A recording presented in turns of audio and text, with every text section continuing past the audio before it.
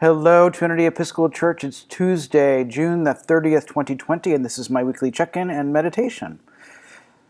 The check-in is just a couple of announcements. First, the Sisters in Scripture group that Susan Blom is starting is going to be delayed by a couple of weeks just because of circumstances.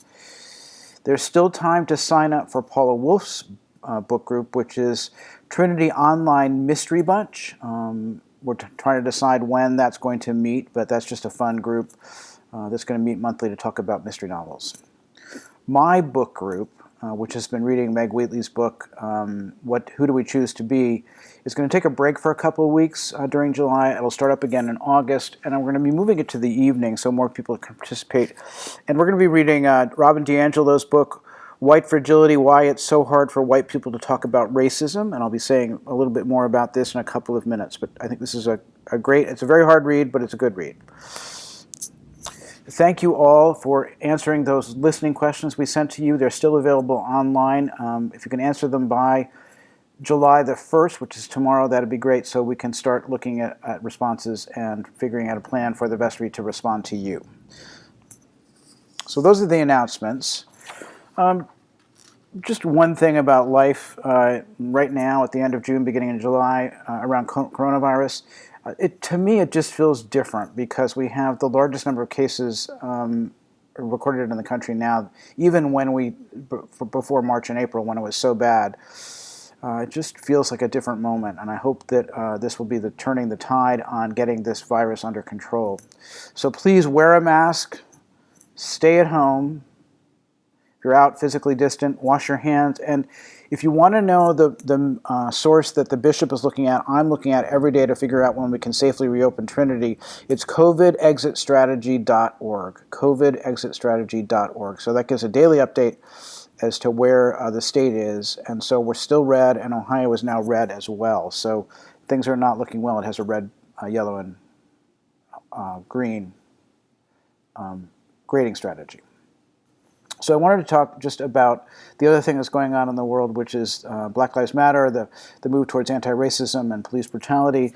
As I said, we're going to be reading Robin DiAngelo's book, Why It's So Hard for White People to Talk About Racism. The great thing about this book is that DiAngelo is white. And so she really talks from our perspective as white folks about how we can come to terms with racism. So I found as I said, it's a good read, and it's a hard read. I just want to read a quote. It's from Ijeoma Olu'u, and she is a Nigerian American writer, and she writes this about us. She says, "White people, I don't want you to understand me better. I want you to understand yourselves. Your survival has never depended on your knowledge of white culture. In fact, it's required your ignorance. Your survival has never depended on your knowledge of white culture. In fact, it's required your ignorance." And I think that the way I say that, we have to gain our knowledge of white culture is to see how we have privilege in ways that we don't even know, because we just take it for granted. And so we have to do our work to talk about that and racism, about white privilege and racism. And we've done it in a couple of forums. The staff just did a little informal discussion a couple weeks ago about our own attitudes and where they came from. And then we had, in Stephen Ministry last week, we also had a discussion around our attitudes and where we got them and how we can start seeing them anew in ways that will help us be better allies. The second book, which I'm also reading, is How to Be an Anti-Racist. It's by Ibram X. Kendi. He's an African-American professor at American University in Washington, D.C., and he really writes a very personal book. He talks about various concepts, but in each one he tells his own story. So it's deeply personal and at least helps me see how racism in action works for Black people.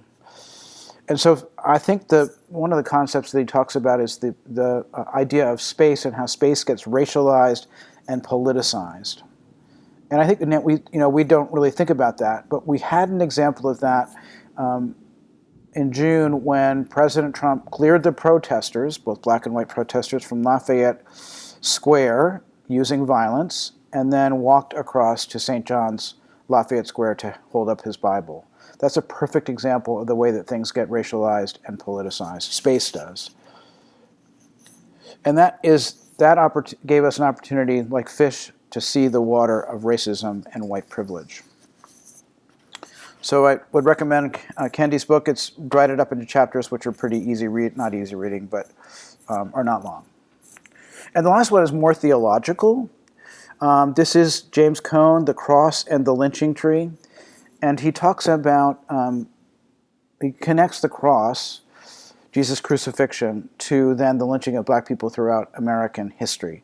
And so it's much more theological than it is sociological, but it helps us think anew about what place race plays even in our religious experience. And it made me think about, there was a story a couple of weeks ago, mid-June, of a young man, Robert Fuller, who was 24 years old, an African-American man, who was found hanging from a tree in the center of Palmdale, California, which is about 60 miles outside of Los Angeles. And that was the police originally thought that his death was suicide, but people are pressing the police to think maybe or perhaps it was murder. It was literally a lynching, and they're still happening here in America in 2020. It just didn't die out.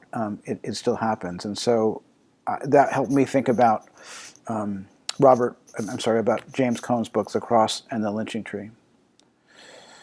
I don't have a whole lot else to say. I think this is really a time to listen. We have to do our own work, which I've been talking about. That's why I'm reading all these books and we're having conversations. But I think it's also, as we do our own work and we answer our own questions and not expect black people or people of color to educate us, we do need to stand in solidarity. We have to take action with black people and people of color and act in solidarity, but at their behest, what they're asking us to do, not what we want to do, what we think is best. And again, I've said it not 10 times, but I'll say it again. We really need to come into those kinds of conversations in the stance of a learner. Tell us, and not get defensive, not get